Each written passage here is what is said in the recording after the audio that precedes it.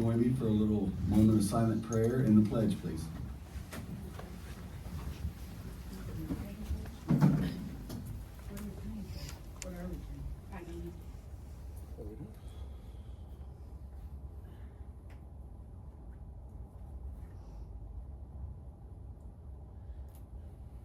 I pledge allegiance to the flag of the United States of America and to the republic for which it stands, one nation, under God, indivisible, with liberty and justice for all. For all.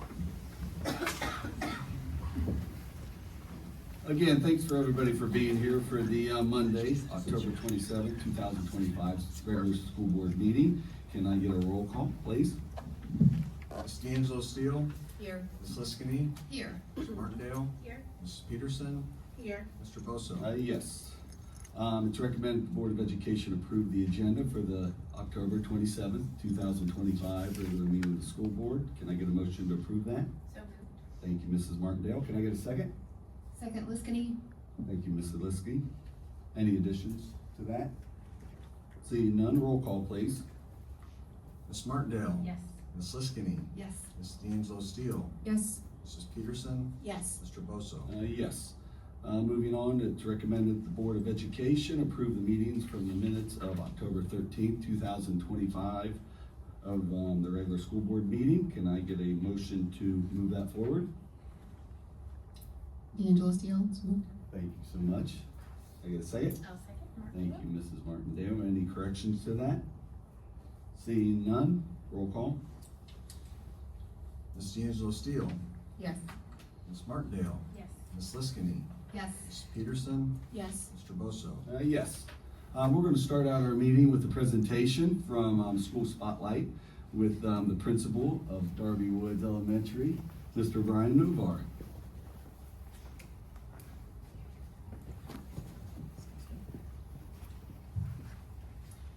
President Bosso, Vice President D'Angelo Steele, members of the board, Mr. Banks, Mr. Garside. Hello, my name is Brian Novar. I'm the principal at Darby Woods Elementary School, and tonight I have the honor of telling you about some of the great things that's happening at our school. As student achievement continues to be our school's priority, we invested a lot of attention recently in several underlying areas that serve as a foundation for which learning builds upon. This includes routinely conducting safety drills and directly leading conversations proactively with all of our students about common area expectations and topics related to bullying, school safety, and minimizing distractions. In fact, later this week, we're scheduled to practice a lockdown scenario where we'll rehearse how we would evacuate all of our students to Westland High School in an emergency. We've also refined our processes for collecting and analyzing some school data related to things like behavior disruptions and to reporting safety concerns. Last year, we looked at our processes for student attendance. Through some intentional practices, we were able to meet our goal and reduce unexcused absences. We met all of our our continuous improvement plan goals in the areas of literacy and math. We met both of those goals last year. Our literacy goal was focused on implementation of a range of different assessments within the new HMH curriculum. And our math goal was related to introducing students to some mathematical assessments related to depth of knowledge levels 2 and 3, so more with applying skills and concepts, and then application of practices and using strategic thinking. Teachers participate routinely in professional learning circles. We call them PIC meetings here. Really, it's job-embedded professional development that's aimed at examining data and making instructional decisions while bolstering the methods in which we teach the curriculum. I've been so impressed with our staff for their dedication to this time and their investment, the way that they prioritize this time and then take the concepts that we're learning about in these PIC meetings and quickly turn them into and implement them into work with the students. Our coaches, on this note, have been instrumental in leading some of this work we've done in professional development. Alongside Jackie Wisman and the rest of the curriculum department, they've done some extraordinary things investing in this time. And I'm pleased to share that we've expanded our pick days this year to also include math. So we'll do a few days with literacy and with math this year with the staff. In regards to our most recent state report card, I couldn't be more proud of the staff and the students for their hard work that's reflected in this 4-star rating. The area of progress continues to be an area that our staff really sees as a source of pride. They've really embodied the mindset that we accept all students with whatever they come to us with and whatever circumstances they've experienced, and we're gonna move them forward. In fact, I'd say that's even part of my own personal philosophy in education. It could be boiled down to simply say, our purpose is to move kids forward and provide some meaningful school experiences. Finally, I'd also like to praise the staff for the work that they took to raise our early literacy rating from a 2-star to a 3-star rating on this latest report card. So some good things happening there. Next, I'd like to tell you about some of the meaningful ways we're connecting with our families. Over the course of the school year, we provide numerous opportunities for parents to engage with us, sometimes in ways that are very much oriented to the curriculum, such as our multicultural events and our One School, One Book program, as well as some opportunities that may not be all about math and reading, but they're still important to us, such as when we honor our veterans at our Veterans Day Assembly, and even some of our more fun events, like McTeacher's Night or Family Game Night. They go a long way, though, towards building the type of strong community that we've established here at the school. And then finally, I shared some images that help introduce you to the school culture at Darby Woods. We introduced students to the DWA, which is our 4 building-wide expectations. Every morning, we say the Pledge of Allegiance and the Cougar Cub Pledge. Students are given good choice awards as a way to recognize positive choices throughout the day, and we hold virtue assemblies every 6 weeks. In fact, this year we shifted the focus of these assemblies to better reflect our 3 core values: having a safe environment, being prepared for the future, and showing the love of learning. Our culture is further rooted in the many events that our community has embraced and look forward to each and every year. Things like Trick or Treat event that we had last week, or school dances and multicultural night.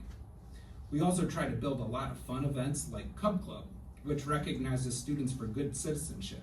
In fact, last month, we were treated to a special performance by the Westland High School Marching Band at their football stadium. Our partnership with Westland is another aspect of our school culture that I'm most proud of. However, I believe that at our core, it's our consistent broadcasting of a message of love, respect, and caring by our unbelievable and dedicated school staff that establishes the bedrock of our school culture. Folks, that's everything that I've planned to share with you tonight about Darby Woods. Are there any questions that I can answer? It's the math camp, right? What was the picture of the tents, the math camp? That's our math camp done annually. Yes, I attended the math camp last year. Absolutely loved it. Literally, you walk through the building for the day and there's classrooms and you literally feel like you are on a campground, and every classroom has a different station of the camp. And the way they decorate those classrooms and incorporate it into the math and learning. I even helped work a station. I was impressed. My math was not bad. And I learned a few things from the kids.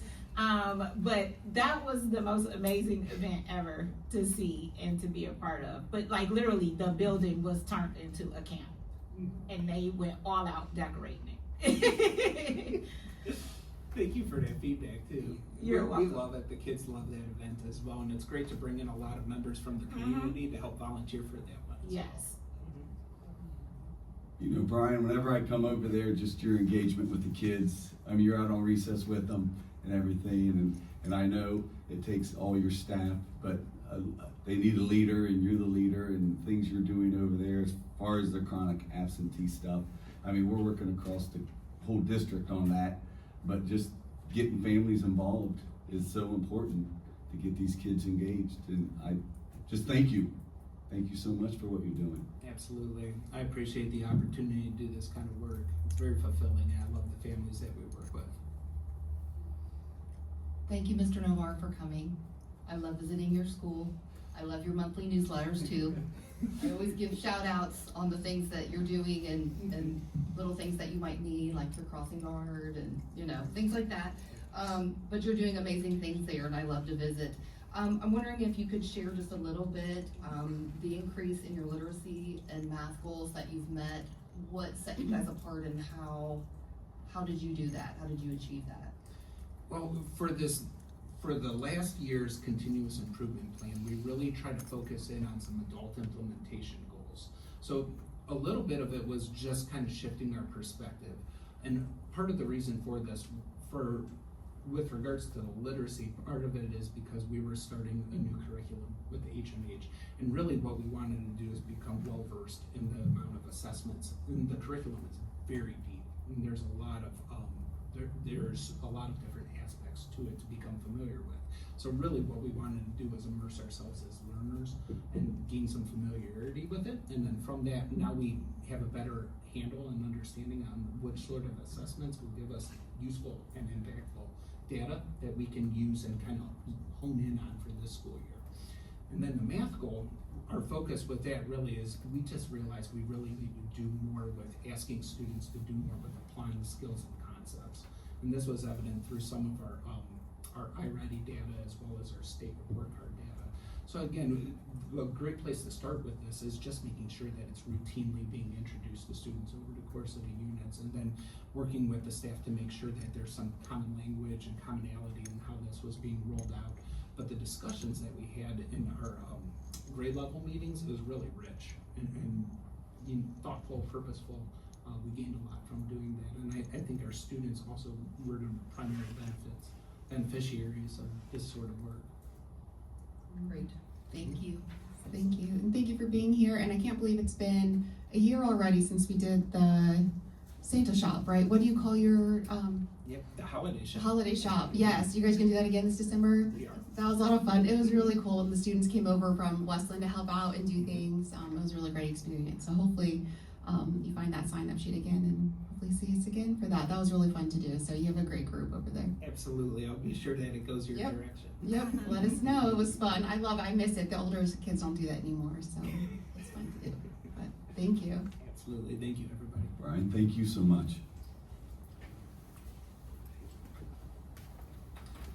We're gonna move on now to goal updates, and we're gonna have safety and human resources with Dr. Jamie Lesher and Mr. Matt Jordan.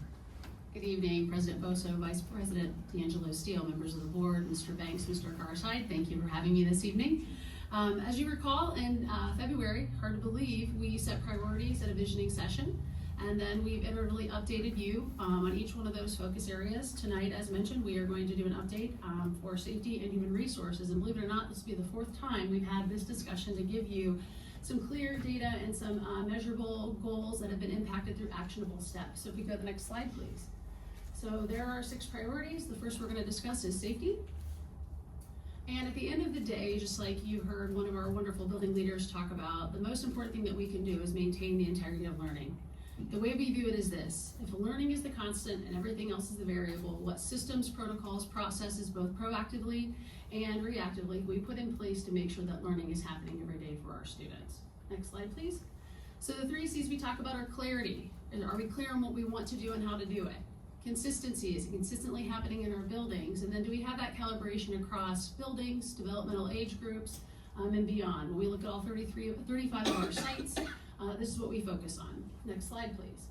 So as we look at where we are today, I'm happy to say that we had a Safety Preparedness Action Day on September 12th.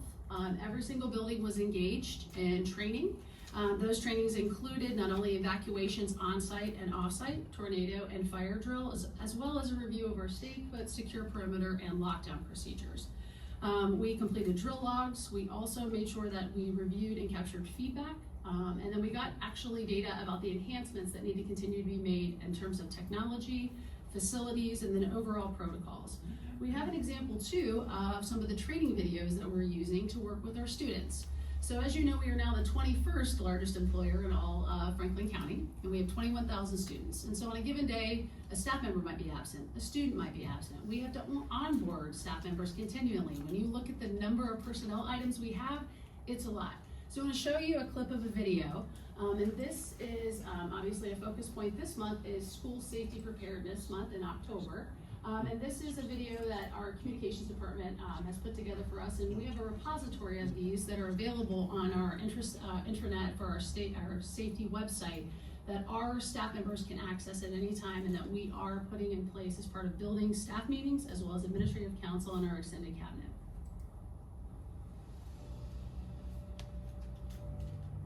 Hi students, I'm Miss LaDonna. I'm a route supervisor at Southwestern City Schools Transportation Services. Today we're going to talk about bus safety when it comes to an evacuation procedure that you may have to do on a bus. We're going to talk about 3 types of emergency evacuation drills. You have a rear door, a front door, and a split. The split could be anywhere in the bus. It does not actually mean it's in the middle of the bus. So for the back door, as you're getting out of the back door, you do not want to jump and risk to hurt yourself. You want to sit down, and then those door helpers are going to help you out. So the zigzag method is you've got students on both sides. So usually if it's at the back door, the closest seat that's at the back door, those students are going to get off the bus first this way, and then the ones across the seats will go across the aisle. So, and it just goes zigzag like this. If the doors are blocked and you can't get out, then you would use the roof hatches for that. When you do this, you're going to push up, you turn the knob, and then you push up like that. Same way with the emergency exit windows. You're going to pull up and push out, and you hear the buzzer sound, and the lights will come on. In this bulkhead, we have emergency equipment that may need to be used. We have a first aid kit, a body fluid kit, a fire extinguisher. So the most important things that you guys should know is to stay calm and also to listen to your driver, because your driver is going to help you out.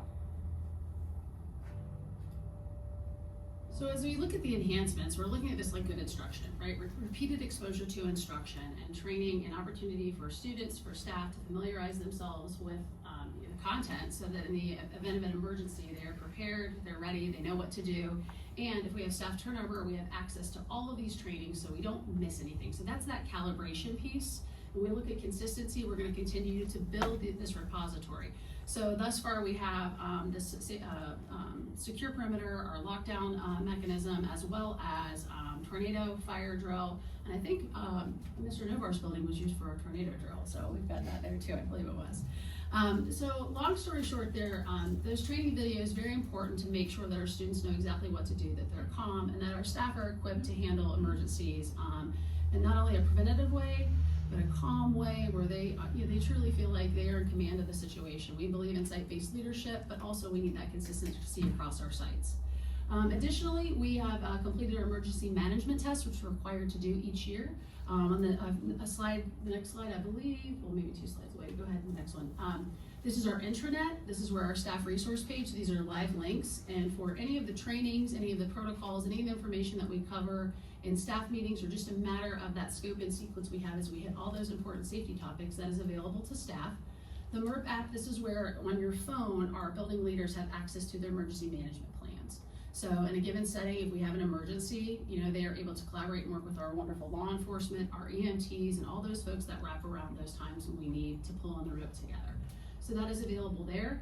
You'll see we have, go back please, we have links to the safety planning action step timeline, and this is a month-by-month scope and sequence for our building leaders, because for our building leaders to lead effectively, we have to have those structures in place so they have peace of mind that if and when something happens, they know exactly what to do. And so that year-long scope and sequence helps make sure that we have those, the lower bars of making sure that every fire drill is documented, every tornado drill is documented, and that our students and staff can effectively toggle between any of the emergency protocols that we have in place.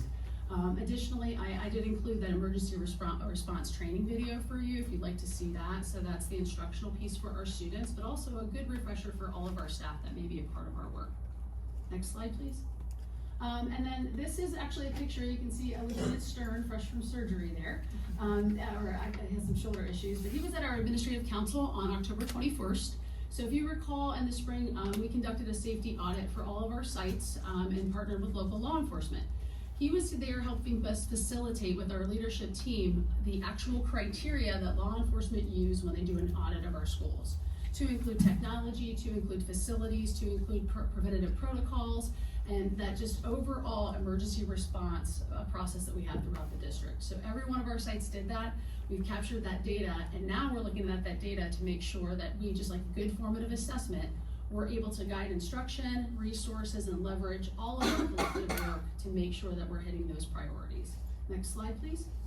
Also, October 15th, we had a transportation safety training. This was really around a de-escalation, the what ifs, you have a stranger that boards the bus, if there's a conflict or a fight on the bus. So that happened. In addition, we recorded that to make sure that anybody that might be absent, they had access to that content, synchronously or asynchronously. We want them to have that. And then on November 19th, we will be collaborating with a whole host of folks, to include Grove City, TOSA, Mount Carmel Health, Forge Biologics, and we will be doing an active shooter tabletop exercise. We'll actually be at the BOSA Pavilion working with first responders to go through that process, and that will prime us for any drill work we do in the spring across all of our facilities. And I think that was it. Okay, so that was safety. So I'm happy to answer any questions about safety, and then if something marinates after Matt talks, we can ask any others, but any additional information or questions you might have at this time? I just want to say, I like the fact that it was familiar faces in the training videos, because that's helpful when you have a training video being done and it's using faces that are within our district. And so I love that aspect when I had a chance to take a look at the videos. Far as safety, it's more so a board question than a Dr. Lusher question. My question now becomes before the board is, do we still want or are asking the superintendent to get quotes on a safety audit, since that was a motion that was brought forward in a past meeting? We can address that during discussion if you'd like. Say that one more time. We can address that during discussion if you'd like.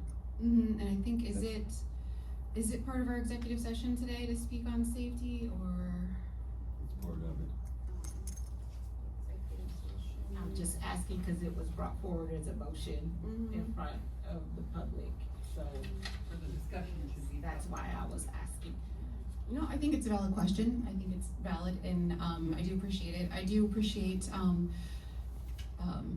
know if this is but I'm gonna stop your presentation or stop Jordan from his next thing. But I do know that I'm very thankful that after I did ask for more information from the last, that meeting, I am happy to receive information that what the district had back in March, and so we were given that information, and I found that very helpful.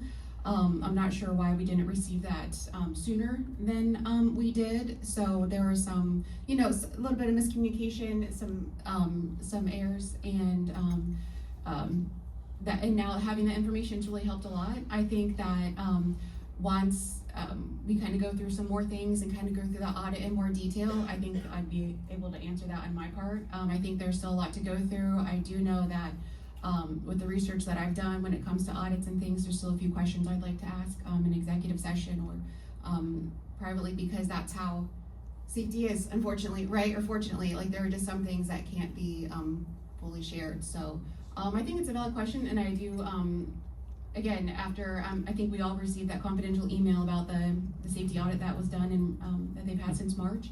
And I think also, did that help you, Ms. Peterson, after having that? And help answer more questions? Yeah, and so that was really great. I know So, about the audit. yeah. And I do know, Mr. Banks has kind of mentioned some other options besides doing an audit, right, Mr. Banks? There's some things that can be talked about. So yeah, I'm open. I guess I don't want to lead the conversation, but since I kind of did bring that up, I'm always open to whatever improvements there are. And like I said, I think knowledge leads to improvements, and the more we have, the better it's going to be. So, I love hearing about this, and it's one of those things where, always want to see more. And I hope all my kids that ride buses have seen these videos. I'm not sure if it's a K through 12 situation where these are being shared, but my kids come home and say, we did this today, or something happened. I was like, good, well, what'd you experience, or what'd you do? And, do you want to share anything with the principal? Like, cause you can, like, how did you experience it? So, but no, and I do, and these updates are amazing. I never know when they're gonna happen before they do, but I think that was some fun. So. If I to just speak to two things, because I think it is, security is a bit delicate when you talk about it, right? Because you don't want to put floor plans of buildings and some of those things that, obviously would be more internal documents, right, for the world at large to see. But I think the other piece is we look at even like the training videos, it's really hard to find a broad utility of what works for a preschooler versus a high schooler. And so that's the piece where as we work with our site-based leaders, we're thinking about, what they're posting in middle school and what's being digitally well and okay in cyberspace versus, how do we keep our hands to ourselves and have a safe learning environment if you're in the early learning stages. So I think that piece is we come back to that unification of purpose under that goal, and then we keep those 3 C's in mind that it really does help us with that calibration while still honoring where students are developmentally, because the worst thing to do is to scare them. We want them to be calm, we want them to feel safe and secure, and we want them to have those relationships with trusted adults. So I'm glad that you mentioned the familiar faces, because if you've looked at any of the training videos that you can just buy kind of canned, they're frightening for kids, or they can feel intimidating, or just kind of like AI crafted them. So although it's taking some time, I think that we'll have a better quality for our students, and then ultimately they'll see those faces, it will mean more. And I think also leaving opportunity for feedback. We're never finished. This work is ongoing, and once you know better, you do better, right? And so that really is our mantra and our goal. So I don't have any questions, but I just want to say, on behalf of every parent, thank you for taking security so seriously and being so diligent at looking at things on a continual basis. You just hit it. It is never complete. This is always something that we have to continue to look at, and it really means a lot to me as a parent. I'm sure to every other parent that's top priority, and that you guys are really actively continuing to watch what's going on in the buildings and then improving on our already really great processes that we have in place. well, thank you. And I think that is one thing, as a professional, as a parent, and just in the field of education, keeping our kids safe has to be the one thing we can all agree about, right? So I think that's really important. So I appreciate the time to share. Matt, you're gonna have to go very quickly, and you're I'm happy to answer more questions later, so. Thank you. Thank you, Dr. Lusher. I think next time I go first. But it's interesting that both safety and human resources the same night, and obviously that conversation right there, safety never ends. Always talking about, well, neither does recruiting, neither does hiring the right people, getting the right people on the bus, do the right things for the district, and take care of our people on all those sort of items. You know, they got candy in the back. It's free. It's for anybody. Thank you. So, well, tonight we're going to talk about human resources and following up on our goals. Next slide, please. Next slide, please. So what we did, we talked about last time back on August the 18th, we had mentioned that we were going to go ahead and send a new staff survey out. Hindsight being that we probably should have done that when we actually met with the new staff during new teacher orientation. We had a captive audience, but we had a lot of things we had to go over with those folks. So we got 53 responses out of 133. So you're looking at 40%. But we wanted to, they got to pick more than just one item here as to what brought you to Southwestern City Schools.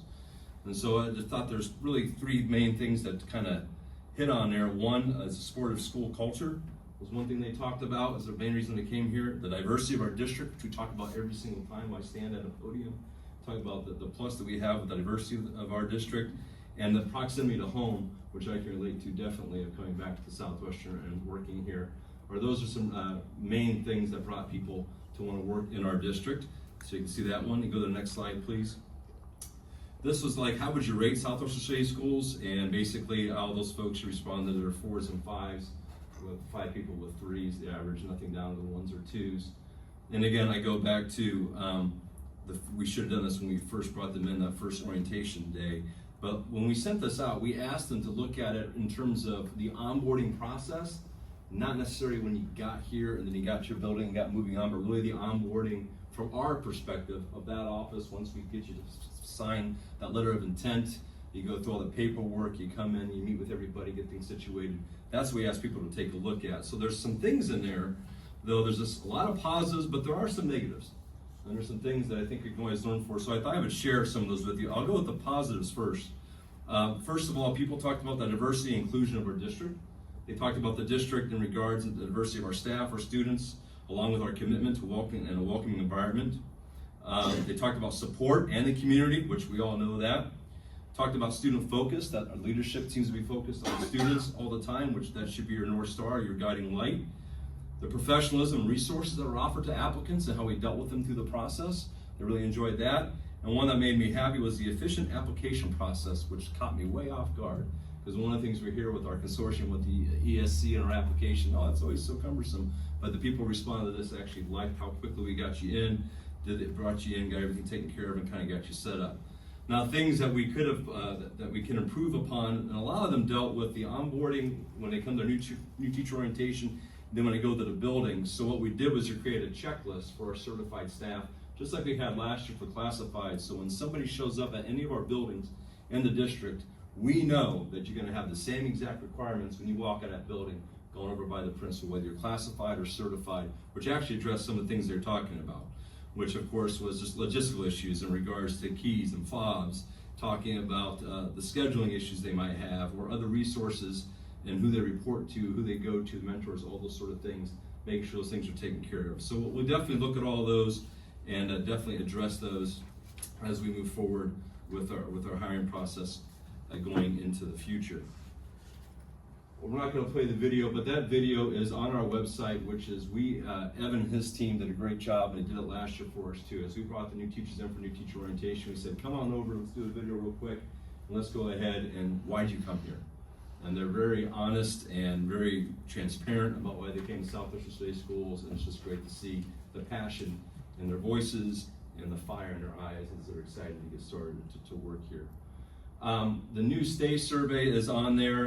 That will be going out this quarter to our, so don't be surprised, Global. All right. So when we get it out there, those who've been here for 5 years, 10 years, 15 years plus, we're going to have to go out. We'll have principals select 5 to 7 people in their buildings to fill those out. Start getting some feedback as to you hear why we stayed or where things, again, positives, negatives, things we can take a look at and work on.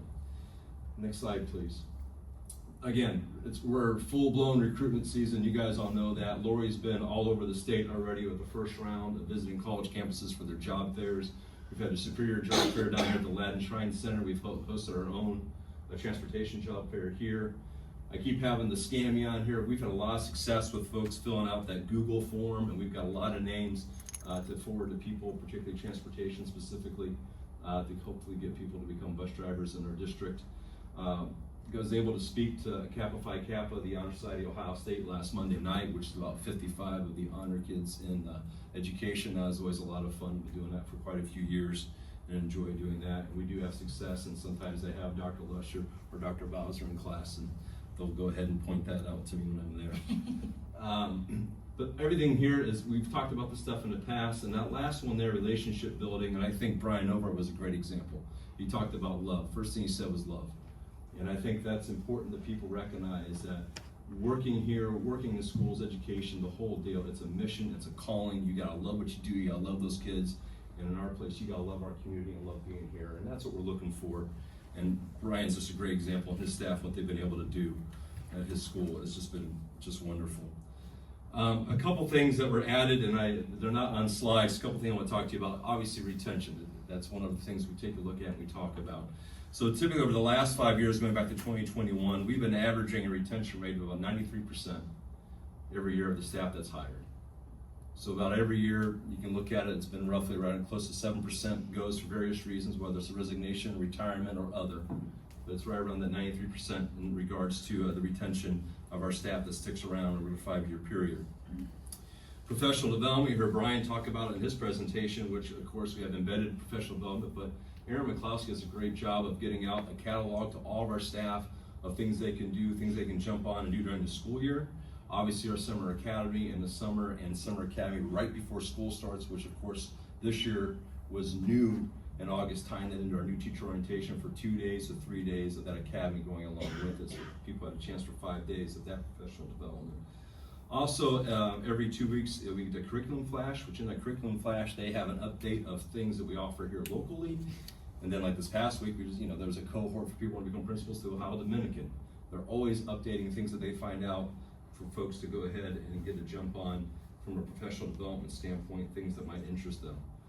And lastly, for advancement, we've talked about this every time I've spoken since I walked here, or since I've got here. We're a huge district, 21st employer in Central Ohio, 21,000 students, 3,500 employees. There's an opportunity for advancement in our district. I don't care what side you're on. If you're a teacher, we offer support for you to join cohorts, to go to administration, or if you want to go into counseling, you can jump from one building to another. Maybe I have an IS this year, I have a behavioral classroom this year, but I want to do a different classroom next year. We have opportunities over the place here for folks to go ahead and jump and grow within our district. I'm a perfect example. Teacher to admin, to be able to come back, and I've been able to grow within this district, and I love it absolutely. We also offer opportunities for our classified side. Dr. Lesher last year was able to work through that Inspire You with Western Governors University for classified staff who might want to become certified teachers. We work with that for them, but we also have advancement there as well. You might come in at one level in a certain classification, have an opportunity to rise up into a higher level within that classification or jump to another. So we have many, many opportunities here for our folks. It's a great place to work, and I went a little bit long, Dr. Lesher, but that's okay. So, any questions? Do you? No questions, No just questions. great job, great work. I did have a note about the curriculum flash. So I'm glad that you brought that up. We always talk, and we always hear folks talking in this district about, we do such a great job at growing our students. And I think this just shows that we are really focused on growing our staff in this district too, and providing opportunities for everyone. And I love that we have things like the curriculum flash and the professional development days and all the things that we're doing to promote advancement and job opportunity for all of our staff and folks of the community. So thank you for that. When we get you, we don't want to lose you. So, right. I had a question. I know part of the rebranding and everything was to kind of help at these recruitment events and new hire events and things like that. Have you had anybody ask where the bell went? No, not yet. Or so are people like, but are they recognizing you now as like your own district and not even like concerned about? Have you noticed? I mean, Lori's been doing a great job out there. We have some great swag for people that have their logo on. See, a nice easy swag. Okay, that's good. So, That's good to hear. proof of being a pudding come spring. Yeah, in springtime. Okay, good. I know. I'm super excited. I love seeing it everywhere. I love how on last Tuesday at the band event where I had all of the logos for each group that was playing each high school. So it's really great. So I hope hopefully it's something that again with like the folks that were in the district and they see it, they're going to be like, wait a second, where's the bell? Where's the bell? Or you can show how it's all fun. So You gonna talk about the bands tonight? There's the bands competed over the weekend. They all got ones. oh, they did. Oh, yeah. Oh, I didn't hear that yet. That's exciting. Not just the old football coach. Good work, Mr. Jordan. Thank you, Matt. We're gonna go on now. Hugh's gonna give us a little update on the Finance Advisory Board. President Boso, Vice President D'Angelo Steele, members of the board, it's my extreme pleasure to introduce a few of the members that are here in the meeting tonight. As you remember, back on August 18th at our Board of Education meeting, we decided to put the tenets together and agreed to move forward with a board goal of having a finance advisory board. So that was something that's been in the works for a while. So we went ahead and decided to do that. We set the application deadline for September 12th. Myself, Julie, and Camille screened and interviewed multiple people, and we feel really excited about the applicants that we found. And we chose 4 community members. We tried to get somebody from each attendance area.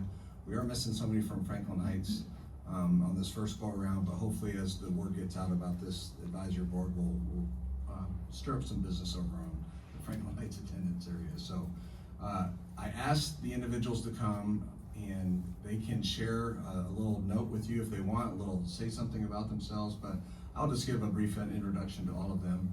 If you want to raise your hand or stand up. First one I would like to point out was Haley Hall.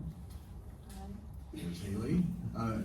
Ms. Hall works as an operations manager for a registered investment advisory firm overseeing more than $300 million in assets under management. We think she's going to be a great member of this team, and she also lives in the Central Crossing attendance area. Next up is Alec Milam. He's in the back there. Alec lives in the Westland attendance area, has a bachelor's degree in finance from Ohio University. He also currently serves as the fiscal officer for Prairie Township, and he also runs the finances for a property management portfolio on the west side of the district, so knows a lot about the real estate on that side of town. Miss Jessica Williams. Miss Williams lives in the Grove City attendance area.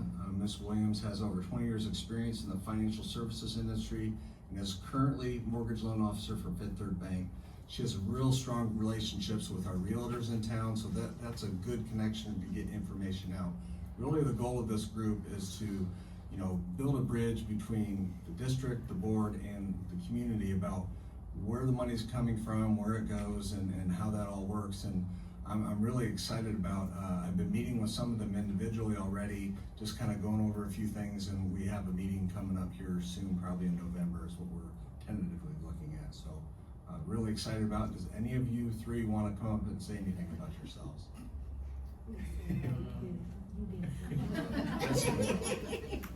Put him on the spot here. I told him there's no pressure. I'm not shy. Well, hello, I'm Jessica Williams, and I'm excited to be joining the committee, so thank you so much. By day, I do help families navigate the mortgage process and hopefully purchasing their first home. So spreadsheets and budgets, something I look at every day. By night, I am a soccer mom to two loud and very energetic boys in the district. And I'm here because I believe that financial decisions should be thoughtful and transparent. Plus, if I can make the mortgage process less painful, hopefully school finances can be fun. So I'm excited to learn more and get started. Thank you. Thank you. This is exciting. Are we gonna create like a entrance survey for this and a midway? So I'm just kidding. I'm looking at Mr. Davo and feel like he's gonna create a QR code, and we want to see how this committee works. I'm really excited. Thank you all for being a part of this inaugural committee for the board. I'm really excited. I'm very excited too, and thank you guys for all coming and sharing some time with us tonight. Thank you. Thank you so much. We'll move on now for items for action under fiscal and operation and management with Mrs. Peterson. Alrighty, I have one item to bring forward.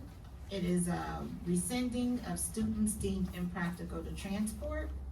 It is recommended that the Board of Education approve the list of students previously deemed impractical to transport for the 2025-2026 school year be rescinded, and for the Southwestern City Schools to provide transportation for these students. You're gonna see X1 in the executive content area, and this is due to confidential student information that is in there. After reviewing this item, I move it for passage. Thank you, Mrs. Peterson. Can I get a second? I'll second. Thank you, Mrs. Martindale. Roll call. Mrs. Peterson, Yes. Ms. Martindale, Yes. Mrs. D'Angelo Steele, Yes. Ms. Liskini, Yes. Mr. Bosso. Yes. Moving on now to student and staff achievement with Mrs. Liskini. Thank you, President Bosso. This evening, we just have one item under student achievement. And the final numbers have been published by the Ohio Department of Education, and wanted to share and say a congratulations to the Southwestern City School students for their outstanding academic achievements for the 2024-25 school year. We had a total of 598 students completed 760 AP exams with 66% earning scores of 3 or higher, saving families more than $825,000 in potential college credit costs. In addition, 969 students participated in College Credit Plus, earning 9,497 college credits and over $5 million in tuition savings, with 21 students earning their associate degree. Unbelievable. These accomplishments highlight our students' dedication and the district's continued commitment to academic excellence and college readiness. Thank you. Thank you so much, and we're going to stay with you for students, schools, and community. Wonderful. I have 4 action items this evening under students, school, and community. The first one is Franklin Heights High School Band and Orchestra to travel to Orlando, Florida, to perform and attend a Disney instrumental workshop. I think I want to go to that one. The trip is planned for March 18th through the 23rd, 2027, and students will miss 1 day of school. Trip expenses will be paid by students and parents, fundraising, and band boosters. Number 2 is Westland High School wrestling team to travel to Barnesville, Ohio. This trip is planned for December 19th and the 20th, 2025, and students will miss 1 day of school. Trip expenses will be paid by the wrestling athletic account. Number 3 is Central Crossing High School basketball team to travel to Logan, Ohio.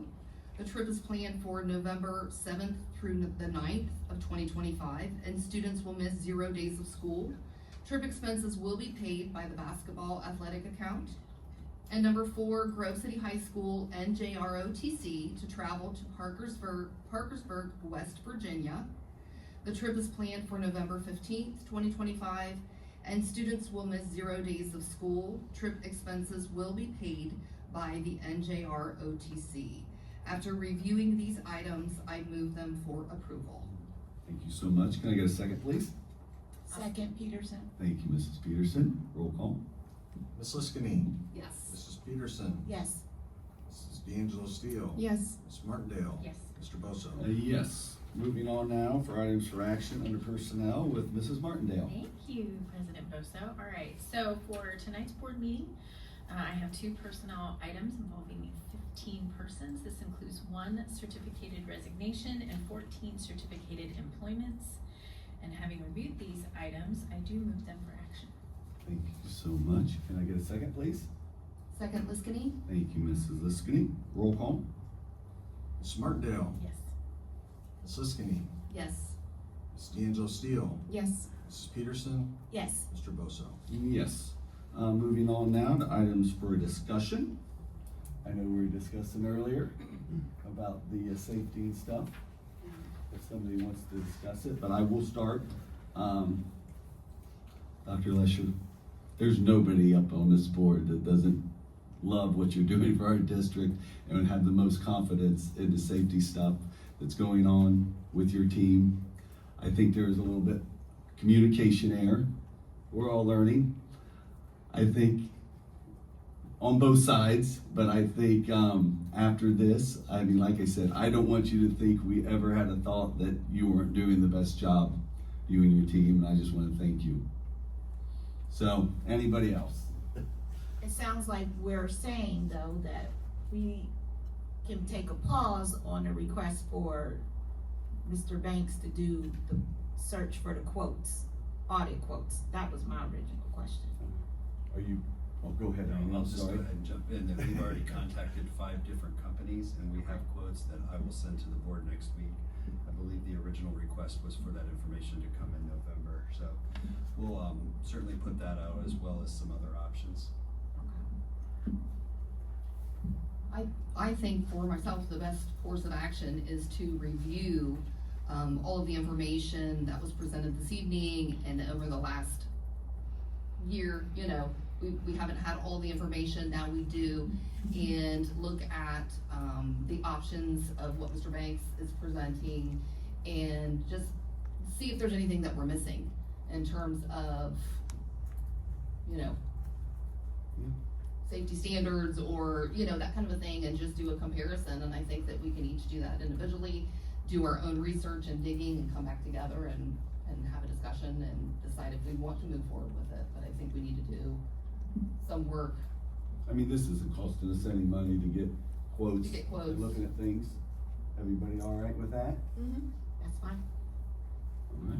Yeah. Any more discussion? Yeah, I failed to mention the last person on our. You know, I had 4 on there and I didn't see the 4th. The 4th is not here, the 4th is on a nice vacation right now. All right. But the 4th is Steve Morbitzer. Mr. Morbitzer lives in the Central Crossing attendance area, lived in the district his whole life.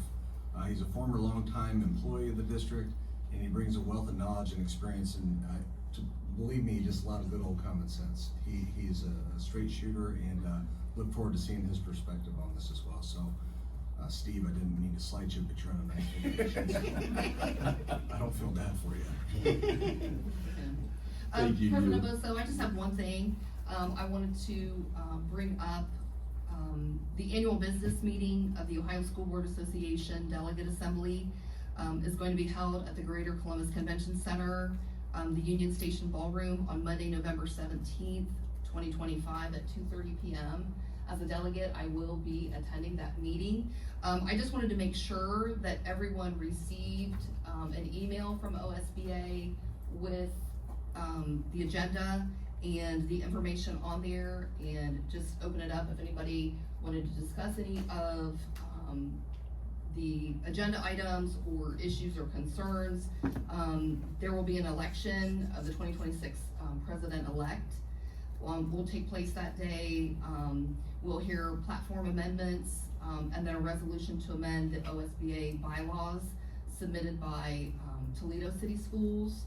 So I didn't know if anybody had any issues with the things that were gonna be, if you got the email, first of all, and if you didn't, you can contact Scott Clay's office at OSBA and get that information. If you have questions about it, you can get with him, you can get with Mr. Garside with any questions or concerns, and he can relay those to me, and I can look into that. So I just wanted to bring that up, that that's coming up during the OSBA conference, and make sure that everybody had that information. I did get it. Okay, Yes, yes. that's it. I just wanna make sure. Anything else, ladies?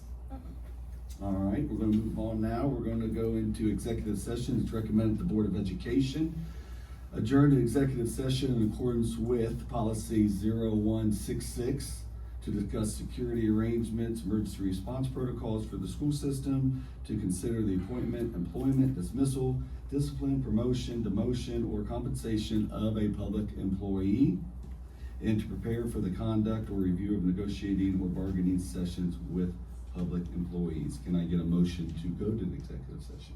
So moved. Thank you, Mrs. Martindale. Second. Second, Peterson. Thank you, Mrs. Peterson. Roll call. Ms. Martindale? Yes. Ms. Peterson? Yes. Ms. D'Angelo Steele? Yes. Ms. Liskini? Yes. Mr. Bosso? Yes.